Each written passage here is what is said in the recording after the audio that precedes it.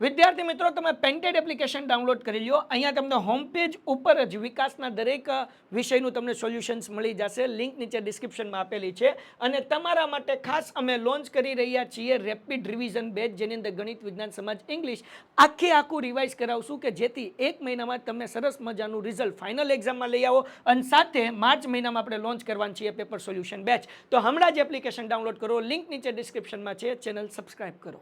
નમસ્કાર વિદ્યાર્થી મિત્રો, આજના વિડીયોમાં આપણે જોશું વાર્ષિક પરીક્ષા 2026 વિકાસ અસાઇનમેન્ટ ધોરણ 9 સમાજ વિભાગ સી ચેપ્ટર 2. પ્રશ્નોના માંગ્યા મુજબ ઉત્તર લખો. પહેલો પ્રશ્ન, પ્રથમ વિશ્વયુદ્ધની ઘટનાઓ સમજાવો. તેનો જવાબ છે 1 ઓગસ્ટ 1914ના રોજ પ્રથમ વિશ્વયુદ્ધ શરૂ થયું. વિશ્વયુદ્ધ દરમિયાન વિશ્વના રાષ્ટ્રો બે જૂથોમાં વહેંચાઈ ગયા. પ્રથમ England, France, Russia, Italy, Japan, Serbia, America વગેરે મિત્રો રાષ્ટ્રોનું જૂથ અને બીજું જર્મની, બલ્ગેરિયા, તુર્કી, હંગેરી, ઓસ્ટ્રેલિયા વગેરે ધરી રાષ્ટ્રોનું જૂથ. મિત્રો રાષ્ટ્રોના પક્ષે 24 રાષ્ટ્રોએ અને ધરી રાષ્ટ્રોના પક્ષે 5 રાષ્ટ્રોએ યુદ્ધમાં ભાગ લીધો. યુદ્ધની શરૂઆતમાં જર્મનીએ યુરોપમાં નોંધપાત્ર વિજયો મેળવ્યા. તેણે ફ્રાન્સ અને રશિયાના સૈનિકોને મોટી સંખ્યામાં સંહાર કર્યો. સબમરીન યુદ્ધ કરીને તેણે મિત્ર રાષ્ટ્રોના અનેક જહાજો ડૂબાડી દીધા. યુદ્ધમાં બંને જૂથોના પરસ્પર હવાઈ હુમલાઓ, ટેન્કો, ઝેરી ગેસ વગેરેના ઉપયોગ દ્વારા લાખો સૈનિકો અને નાગરિકો માર્યા ગયા. ઈસવીસન 1917માં રશિયામાં ક્રાંતિ થઈ, તેથી રશિયા યુદ્ધમાંથી બહાર નીકળી ગયું. આ સમયે જર્મની ખૂબ શક્તિશાળી રાષ્ટ્ર હતું. તેણે અમેરિકાની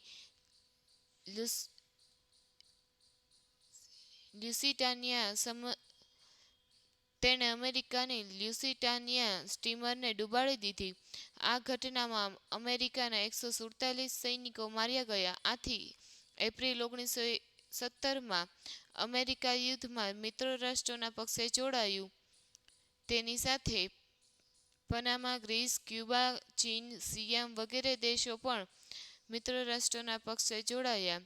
આથી મિત્ર રાષ્ટ્રોની તાકાતમાં વધારો થયો. અમેરિકાના સૈન્ય સામે જર્મનીનું સૈન્ય ટકી શક્યું નહીં.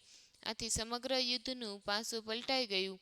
સપ્ટેમ્બર 1918માં બલ્ગેરિયાએ, ઓક્ટોબર 1918માં ઓસ્ટ્રેલિયાએ અને તુર્કીએ મિત્ર રાષ્ટ્રોની શરણાગતિ સ્વીકારી. જર્મનીનો સમ્રાટ કેસર વિલિયમ બીજો જર્મની છોડીને ભાગી ગયો. જર્મન પ્રજાસત્તાકે 11 નવેમ્બર 1918ના રોજ મિત્ર રાષ્ટ્રોની શરણાગતિ સ્વીકારી. યુદ્ધ વિરામ પર હસ્તાક્ષર કર્યા. આમ પ્રથમ વિશ્વયુદ્ધનો અંત આવ્યો. બીજો સવાલ, ટૂંક નોંધ લખો. રશિયન ક્રાંતિ. તેનો જવાબ છે ઈસવીસન 1917ની રશિયન ક્રાંતિ વિશ્વના ઇતિહાસની એક મહત્વની ઘટના ગણાય છે. રશિયાના ઝાર રાજાઓ આપખુદ હતા. તેઓ નિરંકુશ સત્તાઓ ભોગવતા હતા. ઝારના શાસનમાં પ્રજાને કોઈ અધિકાર ન હતો. રશિયાની પ્રજા ઝારશાહીના દમન નીચે કચડાતી હતી. ઝાર રાજાઓ એટલા બધા કઠોર હતા કે જો કોઈ વ્યક્તિ અધિકારની માંગણી કરે તો તેની પર અત્યાચાર ગુજરવામાં આવતો અથવા તેને કાતિલ ઠંડી ધરાવતા સાઇબેરિયામાં મોકલી દેવામાં આવતો. ઈસવીસન 1905માં રશિયા અને જાપાન વચ્ચે યુદ્ધ થયું. તેમાં રશિયાનો પરાજય થયો. આથી ઈસવીસન 1905માં રશિયા અને જાપાન વચ્ચે યુદ્ધ થયું. તેમાં રશિયાનો પરાજય થયો. આથી ઝારશાહીની નબળાઈઓ ખુલ્લી પડી. રશિયાની પ્રજા ઉશ્કેલાઈ. તેણે ઝાર રાજા સામે ભારે દેખાવો કર્યા. રોષે ભરાયેલી રશિયન પ્રજાને શાંત પાડવા ઝારે વર્ષોથી નહીં બોલાવેલી ડુમા ધારાસભા બોલાવવાની જાહેરાત કરી. સમયાંતરે ડુમાની 4 બેઠકો થઈ, પરંતુ તે પ્રજાને સંતોષ થાય એવા પગલાં ભરે તે પહેલાં તેને પરંતુ તે પ્રજાને સંતોષ થાય એવા પગલાં ભરે તે પહેલાં તેને બરખાસ્ત કરવામાં આવી. 8 માર્ચ 1917ના રોજ પેટ્રોગાર્ડના કામદારોએ હડતાલ પાડી. હડતાલને દબાવી દેવા માટે ઝાર નિકોલસ બીજાએ સૈન્ય મોકલ્યું, પરંતુ સૈન્યે ગોળીબાર કરવાનો ઇનકાર કર્યો. આ બનવાથી રશિયામાં ક્રાંતિની શરૂઆત થઈ.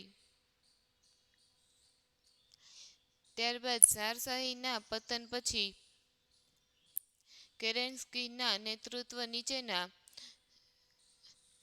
મેન્શેવિક એટલે લઘુમતી પક્ષના હાથમાં સત્તા આવી. ઝારશાહીના પતનથી એકમાત્ર લેનિન સિવાય રશિયાના બધા લોકો ખુશ થયા હતા. લેનિન માર્ક્સવાદી વિચારસરણી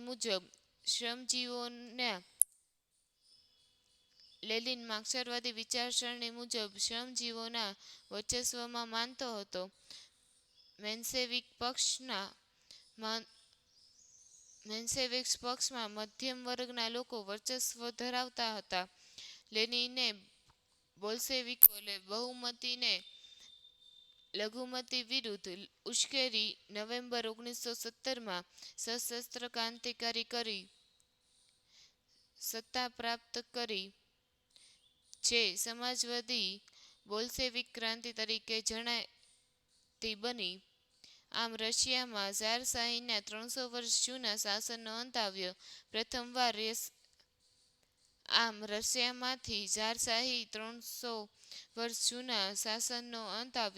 પ્રથમવાર રશિયા ઝાર વિનાનું બન્યું. રશિયાના ખેડૂતો, ખેતદાસો અને મજૂરોનો વર્ગ રશિયાની સામંતશાહીથી કચડાતો હતો. તેઓ તેમના માલિકોના ખેતરમાં કમરતોડ કાળી મજૂરી કરતા, છતાં તેમને પૂરતું વળતર મળતું ન હતું. તેથી તેમની સ્થિતિ કંગાળ બની હતી. ત્યારબાદ 22 જાન્યુઆરી 1905ને રવિવારના દિવસે સેન્ટ પીટર્સબર્ગના લોકો ફાધર ગોર્ફો નામના પાદરીના નેતૃત્વ નીચે વિશાળ સરઘસ કાઢીને ઝાર નિકોલસ બીજાને આવેદન આપવા માટે તેના મહેલે ગયા. તે નિશસ્ત્ર હતા. કેટલાક લોકોના હાથમાં ઝારની છબી હતી. તેમાં રશિયાનો ગોરો નાનો પ્રભુ ઘણો જીવો જેવા સૂત્રો લખેલા હતા. આ લોકો પર ઝારે લશ્કર દ્વારા ગોળીબાર કરાવી હજારો નિર્દોષ લોકોને મારી નાખ્યા અને હજારોનો ઘાયલ કર્યા. સેન્ટ પીટર્સબર્ગના ઝારના મહેલ આગળ બરફ લોહીથી લાલ થઈ ગયો. આ દિવસે રવિવાર હતો, તેથી એ દિવસ લોહિયાળ રવિવાર તરીકે ઓળખાય છે. ત્યારબાદ ત્રીજો પ્રશ્ન, ટૂંક નોંધ લખો. પ્રથમ વિશ્વયુદ્ધના દૂરગામી પરિણામો. યુદ્ધમાં પરાજિત રાષ્ટ્રો સાથે કરવામાં આવેલી વર્સેલન સંધિમાં. ત્રીજો પ્રશ્ન, ટૂંક નોંધ લખો. પ્રથમ વિશ્વયુદ્ધમાં દૂરગામી પરિણામો. યુદ્ધમાં પરાજિત રાષ્ટ્રો સાથે કરવામાં આવેલી વેર્સેલિનની સંધિમાં વેરની ભાવના હતી. તેનાથી વિશ્વમાં શાંતિ સ્થાપી શકાય નહીં. વિશ્વ શાંતિ જાળવવા રાષ્ટ્રસંઘની સ્થાપના થઈ. રશિયાને રાષ્ટ્રસંઘમાં સ્થાન આપવામાં આવ્યું નહીં. અમેરિકા રાષ્ટ્રસંઘમાં જોડાયું નહીં. વિશ્વ ફરીથી બે ભાગોમાં વહેંચાઈ ગયું. આમ પ્રથમ વિશ્વયુદ્ધની શાંતિ પ્રક્રિયામાં જ દ્વિતીય વિશ્વયુદ્ધના બી રોપાયા. ચોથું, ટૂંક નોંધ લખો. રાષ્ટ્રસંઘના ઉદ્દેશો. રાષ્ટ્રસંઘના મુખ્ય ઉદ્દેશો નીચે પ્રમાણે હતા. પ્રથમ, આંતરરાષ્ટ્રીય શાંતિ અને સલામતી જાળવવી. બીજું, દરેક રાષ્ટ્ર બીજા રાષ્ટ્રની અખંડિતતા જાળવવી. ત્રીજું, દરેક રાષ્ટ્રે યુદ્ધ નીતિનો ત્યાગ કરવો. ચોથું, આંતરરાષ્ટ્રીય સંબંધો વિકસાવવા. પાંચમું, રાષ્ટ્રીય ઝઘડાઓનો વાટાઘાટો દ્વારા કે મધ્યસ્થી દ્વારા શાંતિથી ઉકેલ લાવવો. છઠ્ઠું, જો કોઈ રાષ્ટ્ર રાષ્ટ્રસંઘની કે અન્ય મધ્યસ્થીની અવગણના કરશે તો રાષ્ટ્રસંઘ એ રાષ્ટ્રને બળવાખોર રાષ્ટ્ર જાહેર કરશે અને સંઘના બધા રાષ્ટ્રો તેની સાથે સંબંધો કાપી નાખશે. સાતમું, ગરીબી, બેકારી, અને નિરક્ષરતા એ યુદ્ધના મૂળ કારણો હોવાથી તેમને દૂર કરવા બધા સભ્ય રાષ્ટ્રોએ પ્રયત્નો કર્યા.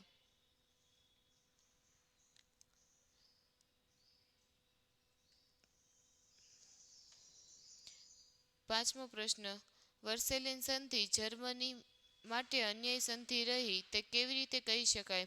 તાર્કિક રીતે સમજાવો. પ્રથમ વિશ્વયુદ્ધમાં પરાજિત જર્મનીને વેર્સેલિન અત્યંત કડક શરતોવાળી સંધિ સ્વીકારવાની ફરજ પાડવામાં આવી. આ સંધિ મુજબ 5મો પ્રશ્ન, વર્સેલિન સંધિ જર્મની માટે અન્યાયી સંધિ રહી તે કેવી રીતે કહી શકાય? તાર્કિક રીતે સમજાવો. પ્રથમ વિશ્વયુદ્ધમાં પરાજિત જર્મનીને વર્સેલિન અત્યંત કડક શરતોવાળી સંધિ સ્વીકારવાની ફરજ પાડવામાં આવી. આ સંધિ મુજબ જર્મની પર 6.5 અજબ પાઉન્ડનો યુદ્ધદંડ લાદવામાં આવ્યો. તેના લશ્કરમાં ફરજિયાત ઘટાડો કરવામાં આવ્યો.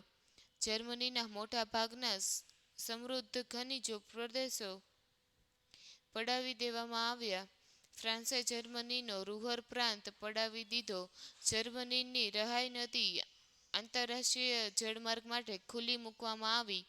જર્મનીએ જીતેલા પ્રદેશોને તેમજ તેના સંસ્થાનોને આંચકી લેવામાં આવ્યા. ફ્રાન્સને પાછા આપવામાં આવ્યા. યુદ્ધના દંડ પેટે જર્મનીએ દર વર્ષે મોટા જથ્થામાં કોલસો અને લોખંડ ફ્રાન્સ અને મિત્ર રાષ્ટ્રોને આપવાનું નક્કી કરવામાં આવ્યું. આમ વર્સેલિન સંધિ જર્મની માટે અત્યંત અન્યાયી અપમાનજનક હતી. Thank you. આ વિડીયો પછી તમારે કયા ટોપિક પર વિડીયો જોવા માંગો છો તેની કમેન્ટ કરી જણાવો.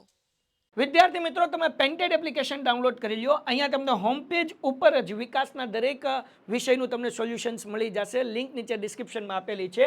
અને તમારા માટે ખાસ અમે લોન્ચ કરી રહ્યા છીએ રેપિડ રિવિઝન બેચ, જેની અંદર ગણિત, વિજ્ઞાન, સમાજ, ઇંગ્લિશ આખું રિવાઇઝ કરાવશું કે જેથી 1 મહિનામાં તમે સરસ મજાનું રિઝલ્ટ ફાઇનલ એક્ઝામમાં લઈ આવો. અને સાથે માર્ચ મહિનામાં આપણે લોન્ચ કરવાનું છીએ પેપર સોલ્યુશન બેચ. તો હમણાં જ એપ્લિકેશન ડાઉનલોડ કરો. લિંક નીચે ડિસ્ક્રિપ્શનમાં છે. ચેનલ સબસ્ક્રાઇબ કરો.